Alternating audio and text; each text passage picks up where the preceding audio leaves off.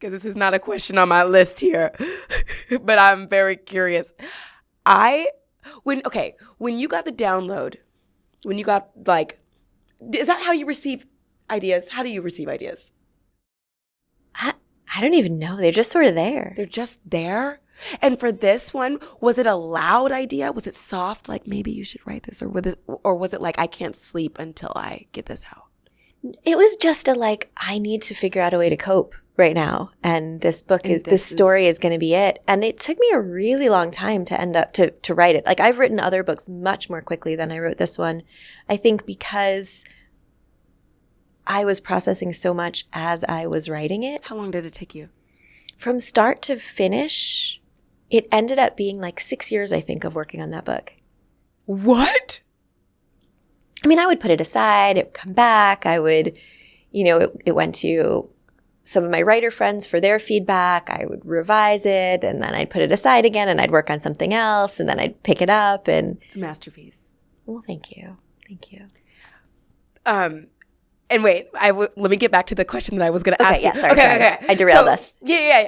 We got to, there's a moment when your main character is assuming a lot about her husband. She sees a name pop up on his phone, and she immediately goes to, he's cheating on me.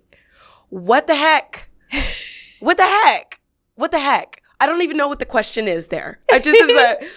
When I was reading it, I was like, what?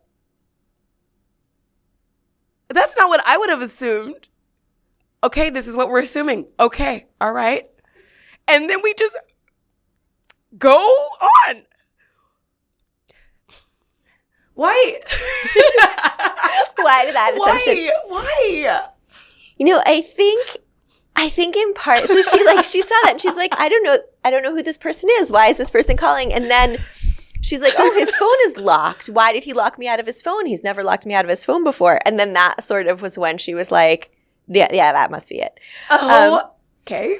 But I think in part, she had been thinking about another man. So I think that also speaks to sometimes the choices we make or the assumptions we make are because we're hoping. Either we're hoping or we know that that's something we might want to do. So why wouldn't that person want to do it? It's tough. It's tough. The sequel to this book comes out in March. Okay, because we spent a lot of time, Jill, being like, okay, does she tell this person this? Does she tell this person this? What's going to happen? Is her life going to blow up if this happens? All of these things. But there is a sequel. So there are answers. There are answers. There are answers. Yeah.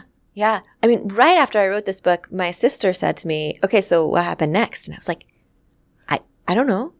What? And she was like, what do you mean you don't know? What do you mean you don't know? You wrote them. I was like, I wrote the book. It stops there.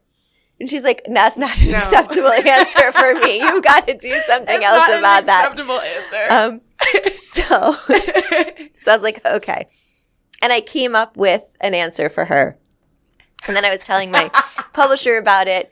And she was like, oh, that's interesting. But, we had these other books underway. And she then came back to me a bit ago and was like, okay, I think it's time for the sequel. So I pulled out the old thing that I had, told my sister. And I was like, all right, now I have to turn this into a book. But I basically wrote it for my sister. But then, other people have asked me for what happens next a bunch. Because you are some people's author friends. Are they like, make sure this happens. Make sure this, do they ever put their 2 cents? There's no way this could happen. Well, Courtney, who introduced us, yes, she said to me after the first book came out, maybe this will spoil or something. You know what? I'm like, what is it? I want to know. I'm just going to say there's a character in the sequel named Courtney for Courtney. That's very cool.